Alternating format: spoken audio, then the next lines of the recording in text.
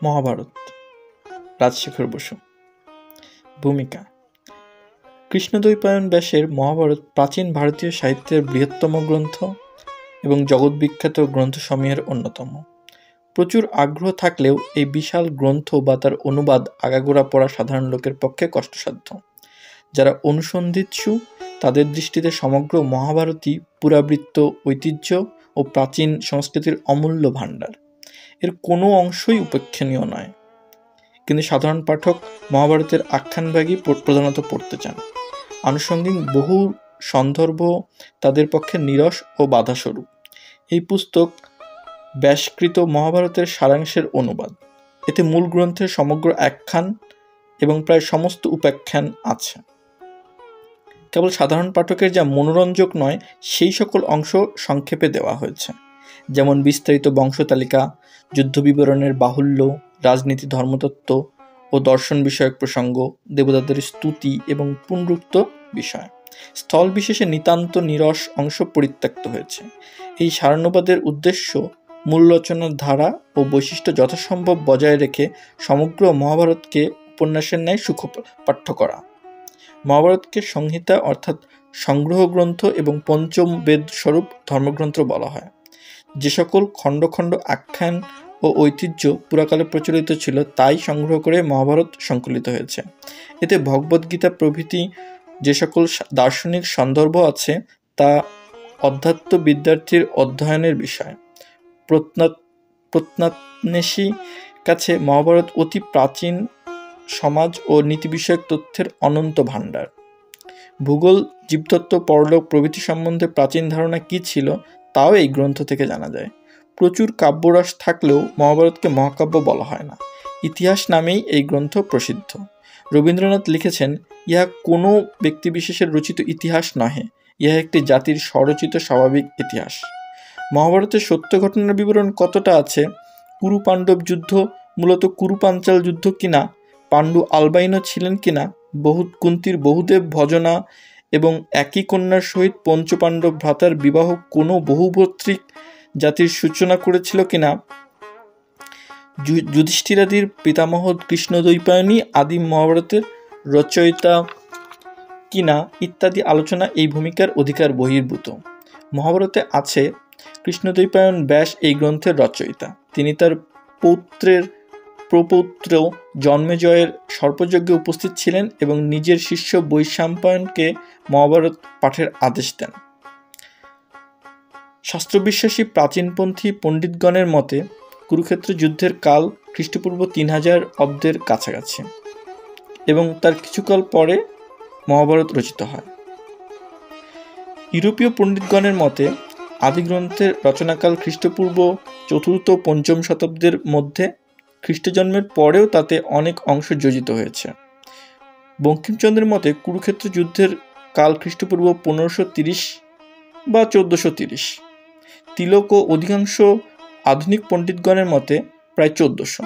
কৃষ্ণচরিত্র গ্রন্থে বঙ্কিমচন্দ্র লিখেছেন, যুদ্ধের অনল্প পরেই আদি মহাভারত প্রণীত হইয়াছিল বলিয়া যে প্রসিদ্ধি আছে তাহার উচ্ছেদ করিবার কোনো কারণ দেখা যায় না।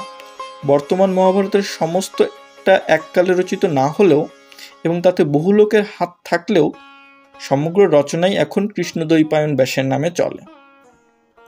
মহাভারত কথার স্বাভাবিক ও অস্বাভাবিক ব্যাপারের বিচিত্র সংমিশ্রণ। পড়তে পড়তে মনে হয় আমরা এক অদ্ভুত স্বপ্নদৃষ্ট লোকে উপস্থিত হয়েছি। সেখানে দেবতার মানুষের মধ্যে অবাধে মেলামেশা চলে। ঋষিরা হাজার হাজার বৎসর তপস্যা করেন এবং মাঝে মাঝে অপ্সরার পাল্লায় পড়ে নাকাল হন। তাদের তুলনায় বাইবেলের মেথুসেলা অল্পায়ু শিশুমাত্র। যজ্ঞ করাই রাজাদের সবচেয়ে বড় কাজ। বিখ্যাত বীরগণ যে সকল অস্ত্র নিয়ে লড়েন তার কাছে আধুনিক অস্ত্র তুচ্ছ। লোকে কথায় কথায় শাপ দেয়, সে শাপ ইচ্ছা করলেও প্রত্যাহার করা যায় না। স্ত্রী পুরুষ অসংকোচে তাদের কামনা ব্যক্ত করে। পুত্রের এতই প্রয়োজন যে ক্ষেত্রজ পুত্র পেলেও লোকে কৃতার্থ হয়। কিছুই অসম্ভব গণ্য হয় না। গরুর গজকচ্ছপ খান। এমন সরোবর আছে যাতে অবগাহন করলে পুরুষ স্ত্রী হয়ে যায়। মনুষ্য জন্মের জন্য নারীগর্ভ অনাবশ্যক। মাছের পেট, স্বরের ঝোপ বা কলসিত জরায়ুর কাজ হয়। সৌভাগ্যের বিষয়ে অতি প্রাচীন ইতিহাস ও রূপকথার সংযোগে উৎপন্ন এই পরিবেশে আমরা যে নরনারীর সাক্ষাৎ পাই তাদের দোষ গুণ সুখ দুঃখ আমাদেরই সমান। মহাভারতের মুখ্য অংশ কুরুপাণ্ডবীয় আখ্যান তার মনোহারিতা অপ্রাকৃত ব্যাপারের চাপে নষ্ট হয়নি।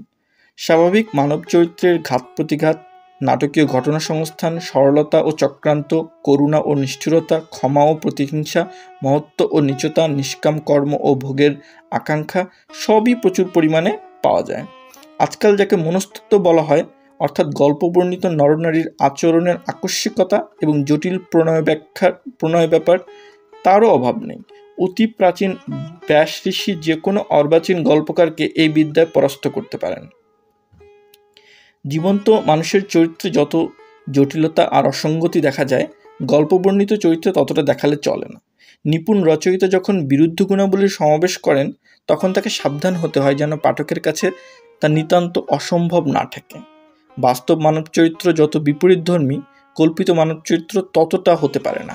বেশি টানাটানি করলে রসভঙ্গ হয়, কারণ পাঠক সাধারণের প্রত্যয়ের একটা সীমা আছে।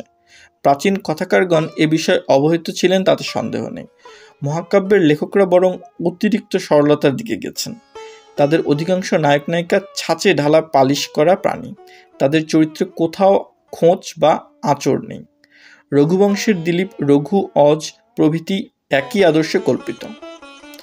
মহাভারত অতি প্রাচীন গ্রন্থ, কিন্তু এতে বহু চরিত্রের যে বৈচিত্র্য দেখা যায়, পরবর্তী ভারতীয় সাহিত্যে তার দুর্লভ। অবশ্য একথা বলা যায় না যে মহাভারতে গোড়া থেকে শেষ পর্যন্ত প্রত্যেক চরিত্রের বৈশিষ্ট্য অক্ষুণ্ণ আছে। মহাভারত সংহিতা গ্রন্থ, এতে বহু রচয়িতার হাত আছে এবং একই ঘটনার বিভিন্ন কিংবদন্তি গ্রথিত হয়েছে। মূল আখ্যান সম্ভবত একজনেরই রচনা, কিন্তু পরে বহু লেখক তাতে যোগ করেছেন। এমন আশা করা যায় না যে তারা প্রত্যেকে সতর্ক হয়ে একটি পূর্ব নির্ধারিত বিরাট পরিকল্পনার বিভিন্ন অংশ গড়বেন, মূল প্ল্যান থেকে কোথাও বিচ্যুত হবেন না। মহাভারত তাজমহল নয়, বারোয়ারি উপন্যাসও নয়। সকল দেশেই কুম্ভিলক বা প্লেজিয়ারিস্ট আছেন, যারা পরের রচনা চুরি করে নিজের নামে চালান, কিন্তু ভারতবর্ষে কুম্ভিলকের বিপরীতই বেশি দেখা যায়। এরা কবিযশ প্রার্থী নন, বরং প্রাচীন গ্রন্থের মধ্যে নিজের রচনা গুজে দিয়েই কৃতার্থ হন। এই প্রকার বহু রচয়িতা ব্যাসের সহিত একাত্ম হবার ইচ্ছায় মহাভারত সমুদ্রে তাদের ভালো মন্দ অর্ঘ্য প্রক্ষেপ করেছেন। বঙ্কিমচন্দ্র যাকে মহাভারতের বিভিন্ন স্তর বলেছেন, তা এই রূপে উৎপন্ন হয়েছে। কেউ কেউ কৃষ্ণের ঈশ্বরত্ব পাকা করবার জন্য স্থানে অস্থানে তাকে দিয়ে অনর্থক অলৌকিক লীলা দেখিয়েছেন, কিংবা কুটিল বা বালকোচিত অপকর্ম করিয়েছেন। কেউ সুবিধা পেলেই মহাদেবের মহিমা কীর্তন করে তাকে কৃষ্ণের উপরে স্থান দিয়েছেন। কেউ বা গো ব্রাহ্মণের মাহাত্ম্য, ব্রত উপবাসাদির ফল বা স্ত্রী জাতির কুৎসা প্রচার করেছেন। কেউ বা আষাঢ়ে গল্প জুড়ে দিয়েছেন। বঙ্কিমচন্দ্র উত্তক্ত হয়ে কৃষ্ণচরিত্র গ্রন্থে লিখেছেন, এই ছাইবর্ষ মাথামুণ্ডের সমালোচনা বিড়ম্বনা মাত্র। তবে এই হতভাগ্য দেশের লোকের বিশ্বাস যে যাহা কিছু পুঁথির ভিতর পাওয়া যায় তাহাই ঋষিবাক্য, অভ্রান্ত শিরোধার্য। কাজেই এই বিড়ম্বনা আমাকে স্বীকার করতে হইয়াছে। বঙ্কিমচন্দ্র কৃষ্ণ চরিত্রের জন্য তথ্য খুঁজছিলেন, তাই তাকে বিড়ম্বনা স্বীকার করতে হয়েছে। কিন্তু যিনি কথাগ্রন্থ হিসেবে মহাভারত পড়বেন, তার ধৈর্যচ্যুতি হবার কারণ নেই।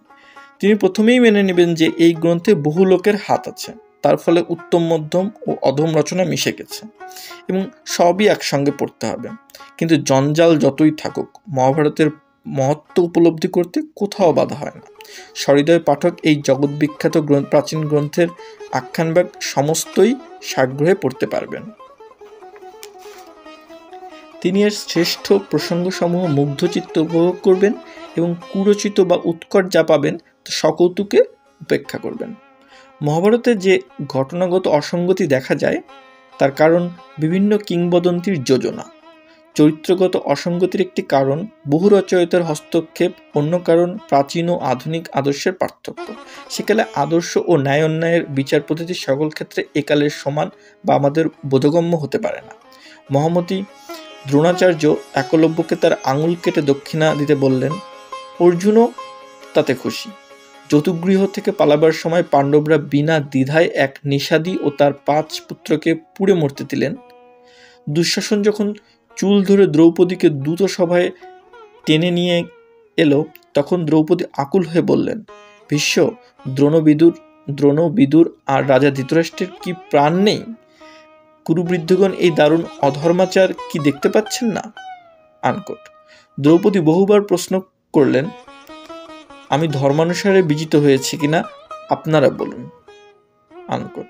ভীষ্ম বললেন, ধর্মের তত্ত্ব অতি সূক্ষ্ম, আমি তোমার প্রশ্নের যথার্থ উত্তর দিতে পারছি না। বীরশ্রেষ্ঠ শিভালরাস কর্ণ অম্লান বদনে দুঃশাসনকে বললেন, পাণ্ডবদের আর দ্রৌপদীর বস্ত্রহরণ করো। মহাপ্রাজ্ঞ ভীষ্ম আর মহাতেজস্বী দ্রোণ চুপ করে বসে ধর্মের সূক্ষ্ম তত্ত্ব ভাবতে লাগলেন। ভীষ্ম, দ্রোণ দুর্যোধনাদির অন্নদাস এবং কৌরবদের হিতসাধনের জন্য প্রতিজ্ঞাবদ্ধ, কিন্তু দুর্যোধনের উৎকট দুষ্কর্ম সইতেও কি তারা বাধ্য ছিলেন? তাদেরকে স্বতন্ত্র হয়ে কিংবা যুদ্ধে কোনো পক্ষে যোগ দিয়ে না থাকবার উপায় ছিল না? এ প্রশ্নের আমরা বিশদ উত্তর পাই না। যুদ্ধারম্ভের পূর্বক্ষণে যখন যুধিষ্ঠির ভীষ্মের পদস্পর্শ করে আশীর্বাদ ভিক্ষা করলেন, তখন ভীষ্ম এই বলে আত্মগ্লানি জানালেন, কৌরবগণ অর্থ দিয়ে আমাকে বেঁধে রেখেছে, তাই ক্লীবের ন্যায় তোমাকে বলছি, আমি পাণ্ডব পক্ষে যোগ দিয়ে যুদ্ধ করতে পারি না। দ্রোণ ও কৃপ অনুরূপ বাক্য বলেছেন। এদের মর্যাদা বুদ্ধি বা কোড অফ অনার আমাদের পক্ষে বোঝা কঠিন। এরা পাণ্ডবদের প্রতি পক্ষপাত গোপন করেন না, অথচ যুদ্ধকালে পাণ্ডবদের বহু নিকট আত্মীয় ও বন্ধুকে অসংকোচে বধ করেছেন। ভাগ্যক্রমে মহাভারতে চরিত্রগত অসঙ্গতি খুব বেশি নেই। অধিকাংশ স্থলে মহাভারতীয় নরনারী স্বাভাবিক রূপেই চিত্রিত হয়েছে, তাদের আচরণ আমাদের অবদ্ধ নয়। যেটুকু জটিলতা পাওয়া যায় তাতে আমাদের আগ্রহ ও কৌতূহল বেড়ে ওঠে। আমরা যেন জীবন্ত মানুষকে চোখের সামনে দেখতে পাই। মূল আখ্যানের ব্যাস শান্তনু, ভীষ্ম, ধৃতরাষ্ট্র, গান্ধারী, কুন্তী, বিদুর, দ্রোণ, অশ্বত্থামা, পঞ্চপাণ্ডব, দ্রৌপদী, দুর্যোধন, কর্ণ, শকুনি, কৃষ্ণ, সত্যভামা, বলরাম, শিশুপাল, শল্য, অম্বা, শিখণ্ডী প্রভৃতি, এবং উপাখ্যান বর্ণিত কচ, দেবযানী, শর্মিষ্ঠা, বিদুলা, নল, দময়ন্তী, ঋষ্যশৃঙ্গ, সাবিত্রী প্রভৃতি প্রত্যেকেরই বৈশিষ্ট্য আছে। এখানে কেবল কয়েকজনের সম্বন্ধে কিঞ্চিত আলোচনা করছে। কৃষ্ণদ্বৈপায়ন ব্যাস বিচিত্রবীর্যের বৈপিত্র ভ্রাতা। তাকে আমরা শান্তনু থেকে আরম্ভ করে জন্মেজয় পর্যন্ত 7 পুরুষের সমকালবর্তী রূপে দেখতে পাই। ইনি মহাজ্ঞানী সিদ্ধ পুরুষ, কিন্তু সুপুরুষ মোটেই নন। শাশুড়ি সত্যবতীর অনুরোধে অম্বিকা ও অম্বালিকা অত্যন্ত বিতৃষ্ণায় ব্যাসের সঙ্গে মিলিত হয়েছিলেন। অম্বিকা চোখ বুজে বিশ্বাদিকে ভেবেছিলেন, অম্বালিকা ভয়ে পাণ্ডুবর্ণ হয়ে গিয়েছিলেন। ব্যাস ধৃতরাষ্ট্র, পাণ্ডু, বিদুরের জন্মদাতা, কিন্তু প্রাচীন রীতি অনুসারে অপরের ক্ষেত্রে উৎপাদিত এই সন্তানদের সঙ্গে তার আত্মীয়তার সম্পর্ক নেই। উদাসীন হলেও তিনি কুরু পাণ্ডবের হিতকামী, ডিউস এক্স মেশিনার ন্যায় মাঝে মাঝে আবির্ভূত হয়ে সংকটমোচন এবং সমস্যার সমাধান করেন। বিশ্বচরিত্রের মহত্ব আমাদের অভিভূত করে। তিনি দূতসভায় দ্রৌপদীকে রক্ষা করেননি, এ আমরা ভুলতে পারি না, কিন্তু অনুমান করতে পারি যে তৎকালে তার নিশ্চেষ্টতা, যুদ্ধ দুর্যোধনের পক্ষে যোগদান এবং পরিশেষে পাণ্ডবদের হিতার্থে মৃত্যুবরণ, এই সমস্ত কারণ তার প্রাচীন আদর্শ অনুযায়ী কর্তব্য বুদ্ধি। তিনি তার কামুক পিতার জন্য কুরুরাজ্যের উত্তরাধিকার ত্যাগ করলেন, চিরকুমার ব্রত নিয়ে 2 অপদার্থ বৈমাত্র ভ্রাতা চিত্রাঙ্গদ ও বিচিত্রবীর্যের অভিভাবক হলেন এবং আজীবন নিষ্কামভাবে ভ্রাতার বংশধরদের সেবা করলেন। তার পিতৃভক্তিতে আমরা চমৎকৃত হই, কিন্তু আমাদের খেদ থাকে যে অনুপযুক্ত কারণে তিনি অসাধারণ ত্যাগ স্বীকার করেছেন। ভীষ্ম তার ভ্রাতার জন্য ক্ষত্রিয় রীতি অনুসারে কাশীরাজের 3 কন্যাকে স্বয়ংবর সভা থেকে হরণ করেছিলেন, কিন্তু জ্যেষ্ঠা অম্বা শাল্বরাজের অনুরাগিনী জেনে তাকে সসম্মানে শাল্যের কাছে পাঠিয়ে দিলেন। অভাগিনী অম্বা সেখানে প্রত্যাখ্যাত হয়ে সংকল্প করলেন যে ভীষ্মের বধ সাধন করবেন। অম্বার এই ভীষণ আক্রোশের উপযুক্ত কারণ আমরা খুঁজে পাই না। উদ্যোগ পর্বে আছে, পরশুরাম ভীষ্মকে বলেছিলেন, তুমি একে গ্রহণ করে বংশরক্ষা করো। ভীষ্মের সম্মতি হননি। অম্বার মনে কি ভীষ্মের প্রতি প্রচ্ছন্ন অনুরাগ জন্মেছিল? ভীষ্ম অম্বার প্রণয় কল্পনা করে বাংলায় একাধিক নাটক রচিত হয়েছে। দ্রোণ দ্রুপদের বাল্যসখা, কিন্তু পরে অপমানিত হওয়ায় দ্রুপদের উপর তার ক্রোধ হয়েছিল। কুরু পাণ্ডব রাজকুমারদের সাহায্যে দ্রুপদকে পরাস্ত করে দ্রোণ পাঞ্চাল রাজ্যের কতক অংশ কেড়ে নিয়েছিলেন। তারপরে দ্রুপদের উপর তার আর ক্রোধ ছিল না, কিন্তু দ্রুপদ প্রতিশোধের জন্য উদ্যোগী হলেন। উদার স্বভাব দ্রোণ তা জেনেও দ্রুপদ পুত্র দৃষ্টদ্যুম্ন ও শিখণ্ডীকে অস্ত্রশিক্ষা দিয়েছিলেন। কুরুক্ষেত্র যুদ্ধে দ্রোণের হস্তেই দ্রুপদের মৃত্যু হলো। দৃষ্টদ্যুম্ন পিতৃহন্তার শিরশ্ছেদ করলেন। কৌরবপক্ষ থাকলেও দ্রোণও অর্জুনের প্রতি তার পক্ষপাত গোপন করেননি। এজন্য তাকে দুর্যোধনের বহু কটুবাক্য শুনতে হয়েছে। ধৃতরাষ্ট্র অব্যবস্থচিত্ত, এজন্য তার নিচতা আছে, উদারতাও আছে। দুর্যোধন তাকে সম্মোহিত করে রেখেছিলেন। দূতসভায় বিদুর ধৃতরাষ্ট্রকে বলেছিলেন, মহারাজ, দুর্যোধনের জয়ে আপনার খুব আনন্দ হচ্ছে, কিন্তু এ থেকেই যুদ্ধ আর লোকক্ষয় হবে। ধনের প্রতি আপনার আকর্ষণ আছে এবং তার জন্য আপনি মন্ত্রণা করেছেন, তা আমি জানি। এই অস্থিরমতি হতভাগ্য অন্ধ বৃদ্ধের ধর্মবুদ্ধি মাঝে মাঝে জেগে ওঠে। তখন তিনি দুর্যোধনকে ধমক দেন। সংকটে পড়লে তিনি বিদুরের কাছে মন্ত্রণা চান, কিন্তু স্বার্থত্যাগ করতে হবে শুনলেই চটে ওঠেন। ধৃতরাষ্ট্রের আন্তরিক ইচ্ছা যুদ্ধ না হয় এবং দুর্যোধন বা যা অন্যায় উপায় দখল করেছেন তা বজায় থাকে। কৃষ্ণ যখন পাণ্ডবদূত হয়ে হস্তিনাপুরে আসেন, তখন ধৃতরাষ্ট্র তাকে ঘুষ দিয়ে বশে আনবার ইচ্ছা করেছিলেন। দারুণ শোক পেয়ে সেই দশায় তার স্বভাব পরিবর্তিত হলো। যুধিষ্ঠিরকে তিনি পুত্রতুল্য জ্ঞান করলেন। আশ্রমবাসিক পর্বে বনগমনের পূর্বে প্রজাদের নিকট বিদায় নেবার সময় ধৃতরাষ্ট্র যা বলেছেন তা সদাশয়তার পরিচায়ক। গান্ধারী মনস্বিনী, তিনি পুত্রের দুর্বৃত্ততা ও স্বামীর দুর্বলতা দেখে শঙ্কিত হন। ভর্ৎসনাও করেন, কিন্তু প্রতিকার করতে পারেন না। শতপুত্রের মৃত্যুর পর কৃষ্ণ ও যুধিষ্ঠিরের ওপর তার অতি স্বাভাবিক বিদ্বেষ হয়েছিল, কিন্তু তা দীর্ঘকাল রইল না। পরিশেষে তিনিও পাণ্ডবগণকে পুত্রতুল্য জ্ঞান করলেন। কুন্তী দৃঢ় চরিত্রা, তেজস্বিনী বীরনারী, দ্রৌপদীর যোগ্য শাশুড়ি। তিনি যখনই মনে করেছেন যে পুত্রেরা নিরুদ্যম হয়ে আছে, তখনই অনতি তীক্ষ্ণ বাক্যে তাদের উৎসাহিত করেছেন। উদ্যোগ পর্বে কুন্তী যুধিষ্ঠিরকে বলেছেন, পুত্র, তুমি মন্দমতি। শ্রোত্রিয় ব্রাহ্মণের ন্যায় কেবল শাস্ত্র আলোচনা করে তোমার বুদ্ধি বিকৃত হয়েছে। তুমি কেবল ধর্মেরই চিন্তা করেছ।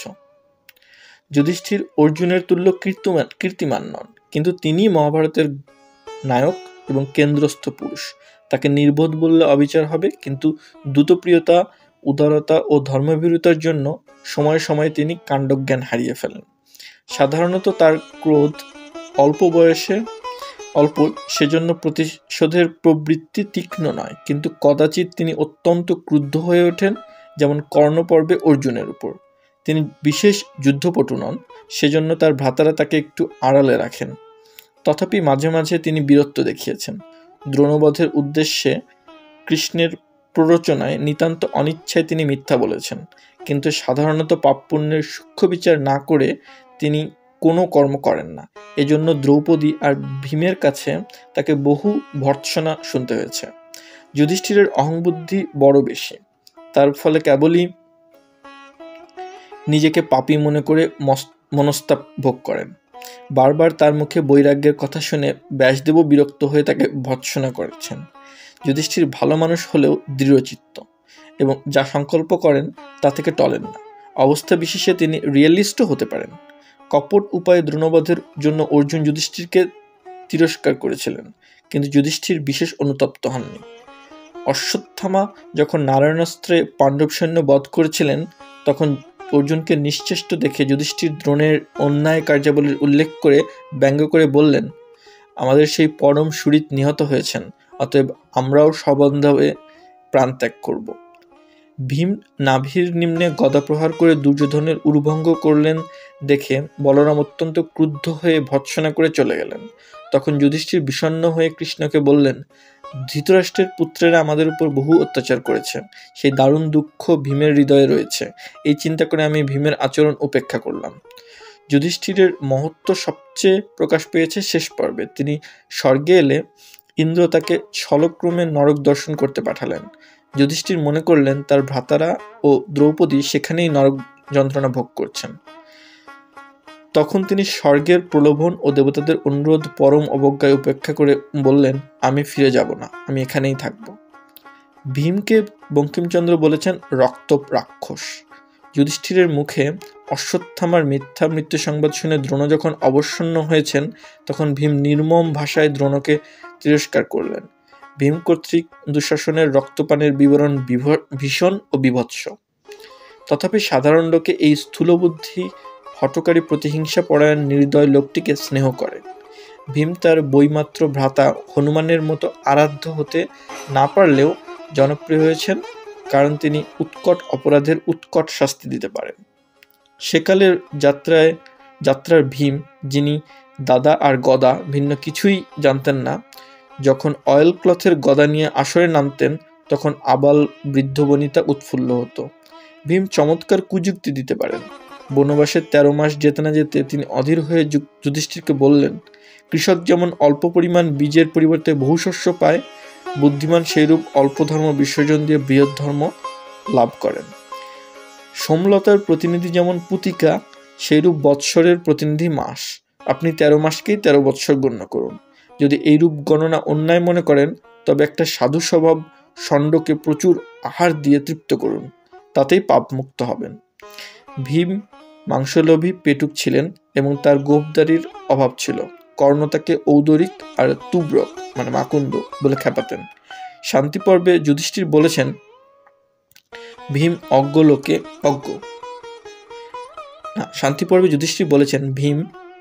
অজ্ঞলোকে উদরের জন্যই প্রাণী হিংসা করে, অতএব সেই উদরকে জয় করো, অল্পাহারে জঠরাগ্নি প্রশমিত করো।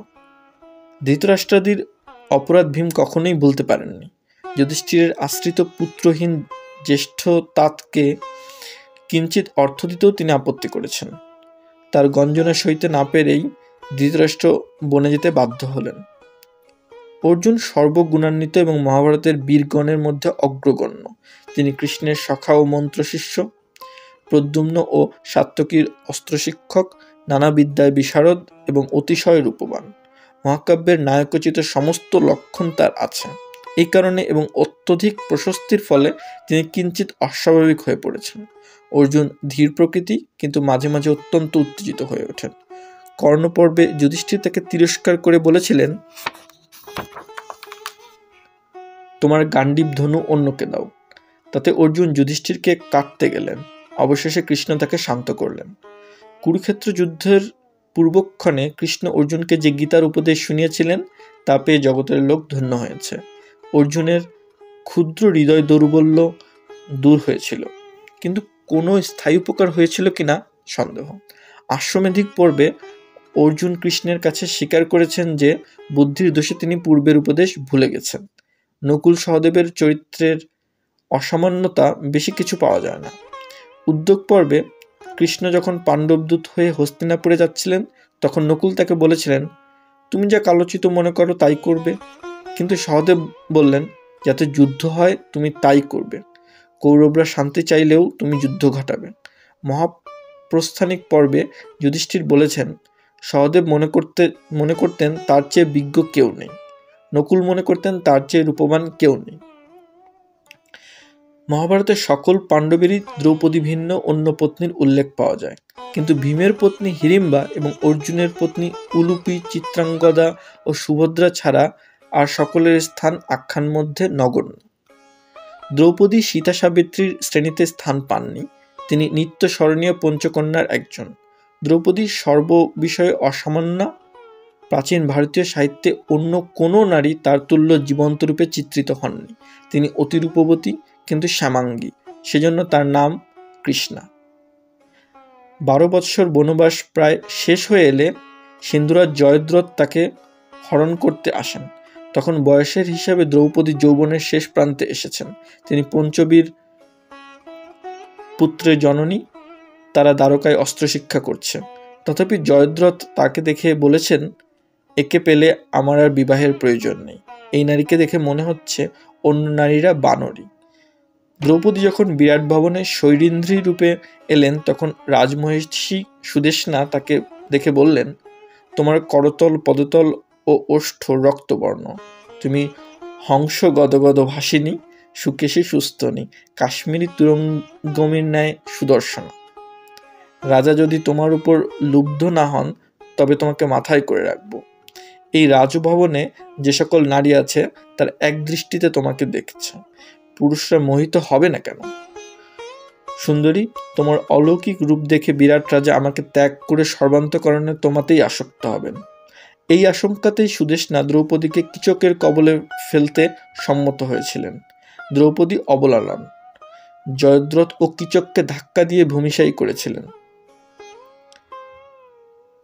তিনি অসহিষ্ণু, তেজস্বিনী, স্পষ্টবাদিনী, তীক্ষ্ণ বাক্যে নিষ্ক্রিয় পুরুষদের উত্তেজিত করতে পারেন। তার বাগ্গীতার পরিচয় অনেক স্থানে পাওয়া যায়। বন পর্ব 5 পরিচ্ছেদে, উদ্যোগ পর্ব 10 পরিচ্ছেদে এবং শান্তি পর্ব 2 পরিচ্ছেদে দ্রৌপদীর খেদ ও ভর্ৎসনার যে নাটকীয় বিবরণ আছে তা সর্বসাহিত্যে দুর্লভ। বহু কষ্ট ভোগ করে তার মন তিক্ত হয়ে গেছে। মঙ্গলময় বিধাতায় তার আস্থা নেই। বন পর্ব 7 পরিচ্ছেদে তিনি যুধিষ্ঠিরকে বলেছেন, মহারাজ বিধাতা প্রাণীগণকে মাতা পিতার দৃষ্টিতে দেখেন না, তিনি রুষ্ট ইতর জনের ন্যায় ব্যবহার করেন। দ্রৌপদী মাঝে মাঝে তার পঞ্চ স্বামীকে বাক্যবাণে পীড়িত করেন। স্বামীরা তার নির্বিবাদে সয়ে যান। তারা দ্রৌপদীকে সম্মান ও সমাদর করেন।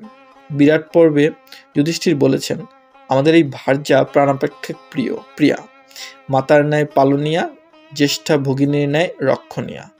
দ্রৌপদী 5 স্বামীকেই ভালোবাসেন, কিন্তু তার ভালোবাসার কিছু প্রকারভেদ দেখা যায়। যুধিষ্ঠির তাকে অনেক জ্বালিয়েছেন, তথাপি দ্রৌপদী তার জ্যেষ্ঠ স্বামীকে ভক্তি করেন, অনুকম্পাও কিঞ্চিত অবজ্ঞাও করেন। ভালো মানুষ অবুঝ একগুয়ে গুরুজনকে লোকে যেমন করে থাকে। বিপদের সময় দ্রৌপদী ভীমের ওপরেই বেশি ভরসা রাখেন এবং শক্ত কাজের জন্য তাকেই ফরমাস করেন। তাতে ভীম কৃতার্থ হয়ে যান। নকুল সহদেবকে তিনি দেবরের ন্যায় স্নেহ করেন। অর্জুন তার প্রথম অনুরাগের পাত্র। পরেও বোধহয় অর্জুনের উপরই তার প্রকৃত প্রেম ছিল। মহাপ্রস্থানিক পর্বে যুধিষ্ঠির বলেছেন, ধনঞ্জয়ের উপর এর বিশেষ পক্ষপাত ছিল। বিদেশে অর্জুন কিছুকাল উলুপীয় চিত্রাঙ্গদার সঙ্গে কাটিয়েছিলেন। দ্রৌপদী তা গ্রাহ্য করেননি, কিন্তু অর্জুন যখন রূপবতী সুভদ্রাকে ঘরে আনলেন তখন দ্রৌপদী অতি দুঃখে বললেন, কৌন্তেয়, তুমি সুভদ্রার কাছেই যাও, পুনর্বার বন্ধন করলে পূর্বের বন্ধন শিথিল হয়ে যায়। দ্রৌপদীর একটি বৈশিষ্ট্য কৃষ্ণের সহিত তার স্নিগ্ধ সম্বন্ধ। তিনি কৃষ্ণের সখী এবং সুভদ্রার ন্যায় স্নেহ ভাগিনী। সকল সংকটে কৃষ্ণই তার শরণ্য ও স্মরণীয়। দুর্যোধন মহাভারতের প্রতিনায়ক এবং পূর্ণ পাপী। তার তুল্য রাজ্যলোভী বা প্রভুত্বলোভী ধর্মজ্ঞানহীন দুর্মুখ ক্রূর দুরাত্মা এখনো দেখা যায়। এই কারণে তার চরিত্র আমাদের সুপরিচিত মনে হয়। তিনি আজীবন পাণ্ডবদের অনিষ্ট করেছেন, নিজেও ঈর্ষা ও বিদ্বেষে দগ্ধ হয়েছেন। তার 2 মন্ত্রণাদাতা কর্ণ ও শকুনি তাতে ইন্ধন জুগিয়েছেন। দুর্যোধন নিয়তিবাদী। সভাপর্বে তিনি বিদুরকে বলেছেন, যিনি গর্ভস্থ শিশুকে শাসন করেন তিনি আমার শাসক। তার প্রেরণায় আমি জলস্রোতের ন্যায় চালিত হচ্ছি। উদ্যোগ পর্বে কর্ণমুনি তাকে সদুপদেশ দিলে দুর্যোধন উরুতে চাপড় মেরে বললেন, মহর্ষি, ঈশ্বর আমাকে যেমন সৃষ্টি করেছেন এবং ভবিষ্যতে আমার যা হবে আমি সেইভাবেই চলছি, কেন প্রলাপ বকছেন? কিন্তু শয়তানকেও তার ন্যায্য পাওনা দিতে হয়। দুর্যোধনের অন্ধকারময় চরিত্রে আমরা একবার একটু স্নিগ্ধ আলোক দেখতে পাই। দ্রোণপদের দিন প্রাতকালে সাত্যকীকে দেখে তিনি বলেছেন, সখা, ক্রোধ, লোভ, ক্ষত্রিয়াচার ও পৌরুষকে ধিক। আমরা পরস্পরের প্রতি সরসন্ধান করছি। বাল্যকালে আমরা পরস্পরের প্রাণ অপেক্ষা প্রিয় ছিলাম, কিন্তু এখন এই রণস্থলে সে সমস্তই জীর্ণ হয়ে গেছে। সাত্যকী, আমাদের সেই বাল্যকালের খেলা কোথায় গেল? এই যুদ্ধই বা কেন হলো? যে ধনের লোভে আমরা যুদ্ধ করেছি তা নিয়ে আমরা কি করব? আশ্রমবাসিক পর্বে প্রজাদের নিকট বিদায় নেবার সময় ধৃতরাষ্ট্র তার মৃত পুত্রের সপক্ষে বলেছেন, মন্দবুদ্ধি দুর্যোধন আপনাদের কাছে কোনো অপরাধ করেনি। প্রজাদের যিনি মুখপাত্র তিনিও স্বীকার করলেন, রাজা দুর্যোধন আমাদের প্রতি কোনো দুর্ব্যবহার করেননি। যুধিষ্ঠির স্বর্গে গিয়ে দুর্যোধনকে দেখে অত্যন্ত ক্রুদ্ধ হয়েছিলেন। নারদ তাকে প্রবোধ দিয়ে বললেন, ইনি ক্ষত্র ধর্মানুসারে যুদ্ধে নিজ দেহ উৎসর্গ করে বীরলোক লাভ করেছেন। মহাভয় উপস্থিত হলেও ইনি কখনো ভীত হননি। আসল কথা, দুর্যোধন লৌকিক ফর্মুলা অনুসারে স্বর্গে গিয়েছেন। যুদ্ধে মরলে স্বর্গ, অশ্বমেধে স্বর্গ, গঙ্গা স্নানে স্বর্গ, আজীবন কে কি করেছে তা ধর্তব্য না। বঙ্কিমচন্দ্র লিখেছেন, কর্ণচরিত্র অতি মহৎ ও মনোহর। তিনি কর্ণের গুণাগুণের জমাখরচ কোষে সদ্গুণ বলে মোটা রকম উদ্বৃত্ত পেয়েছিলেন কিনা জানি না।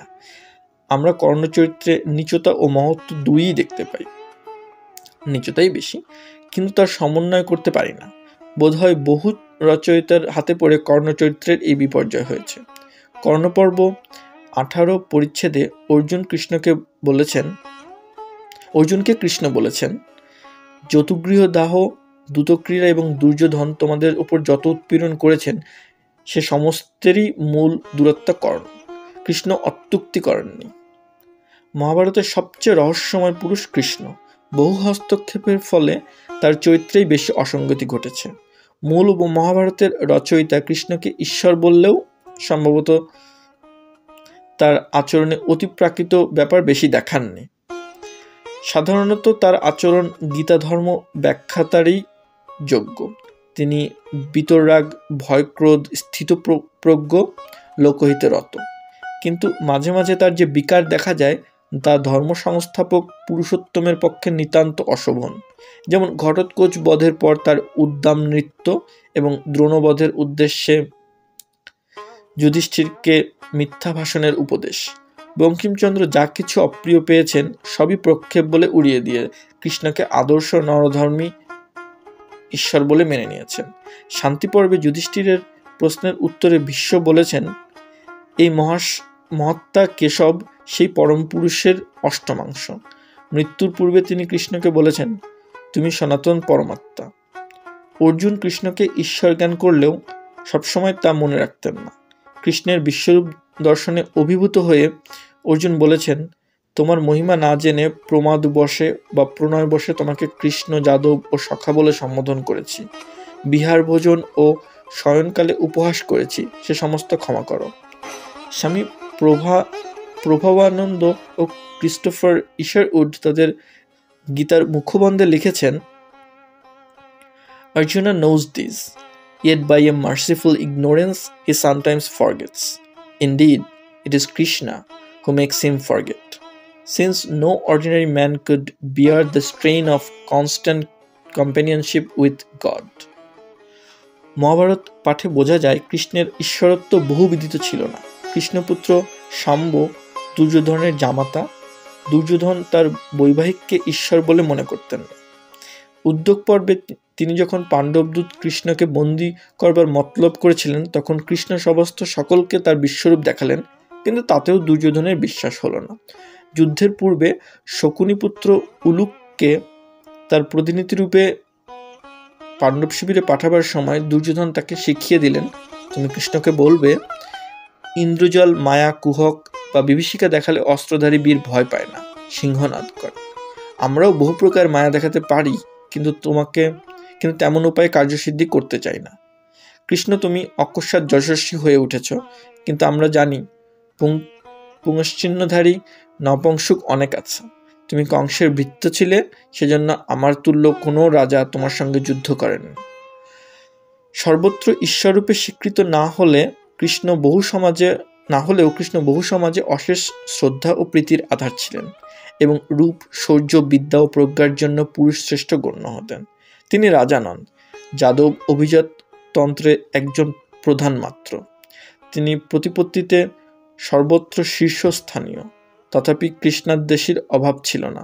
সভাপর্ব 3 পরিচ্ছেদে উক্ত বঙ্গপুণ্ড্র কিরাতের রাজা পৌণ্ড্র কৃষ্ণের অনুকরণে শঙ্খচক্র গদা ধারণ করতেন এবং প্রচার করতেন যে তিনি আসল বাসুদেব ও পুরুষোত্তম। অল্প বা অধিক যাই হোক, মহাভারতের ঐতিহাসিক ভিত্তি আছে তা সর্বস্বীকৃত। আখ্যান মধ্যে বহু বিষয়ের উল্লেখ পাওয়া যায় যার সত্যতায় সন্দেহের কারণ নেই। দ্রৌপদীর বহুপতিত্বের দোষ ঢাকবার জন্য গ্রন্থকারকে বিশেষ চেষ্টা করতে হয়েছে। তিনি যদি শুধু গল্পই লিখতেন তবে এই লোকাচার বিরুদ্ধ বিষয়ের অবতারণা করতেন না। তাকে পরিবর্তিত জনশ্রুতি বা ইতিহাস মানতে হয়েছে, তাই তিনি এই ঘটনাটি বাদ দিতে পারেননি। আখ্যানের মধ্যে দ্রোণপত্নী কৃপির উল্লেখ আছে অতি অল্প, তথাপি প্রসঙ্গক্রমে তাকে অল্পকেশী বলা হয়েছে। কৃষ্ণদ্বৈপায়ন কৃষ্ণবর্ণ ছিলেন, তার রূপ, বেশ ও গন্ধ কুৎসিত ছিল। ভীম মাকুন্দ ছিলেন মাহিষ্মতী, পুরীর নারীরা শৈরিণী ছিলেন, মদ্র ও বাহিক দেশের স্ত্রী পুরুষ অত্যন্ত কদাচারী ছিল, যাদবগণ মাতাল ছিলেন, হিমালয়ের উত্তরে বালুকার্ণব ছিল, লোহিত্য মানে ব্রহ্মপুত্র নদ এত বিশাল ছিল যে তাকে সাগর বলা হতো, দ্বারকাপুরী সাগর কবলিত হয়েছিল, ইত্যাদি তুচ্ছ অতুচ্ছ অনেক বিষয় গ্রন্থ মধ্যে বিকীর্ণ হয়ে আছে, যা সত্য বলে মানতে বাধা হয় না। মহাভারত পড়লে প্রাচীন সমাজ ও জীবনযাত্রার একটা মোটামুটি ধারণা পাওয়া যায়। ব্রাহ্মণ, ক্ষত্রিয়াদি সকলেই প্রচুর মাংসাহার করতেন, ভদ্র সমাজেও সুরাপান চলত। গোমাংস ভোজন ও গোমের যজ্ঞের বহু উল্লেখ পাওয়া যায়, কিন্তু গ্রন্থ রচনাকালে তা গর্হিত গণ্য হতো। অস্পৃশ্যতা কম ছিল, দাসদাসীরাও অন্ন পরিবেশন করত। অনুশাসন পর্বে ভীষ্ম বলেছেন 30 বা 21 বৎসরের বর 10 বা 7 বৎসরের কন্যাকে বিবাহ করবে, কিন্তু পরে আবার বলেছেন বয়স্থা কন্যাকে বিবাহ করাই বিজ্ঞ লোকের উচিত। মহাভারতের সর্বত্র যুবতী বিবাহই দেখা যায়। রাজাদের অনেক পত্নী এবং দাসী বা উপপত্নী থাকত। যার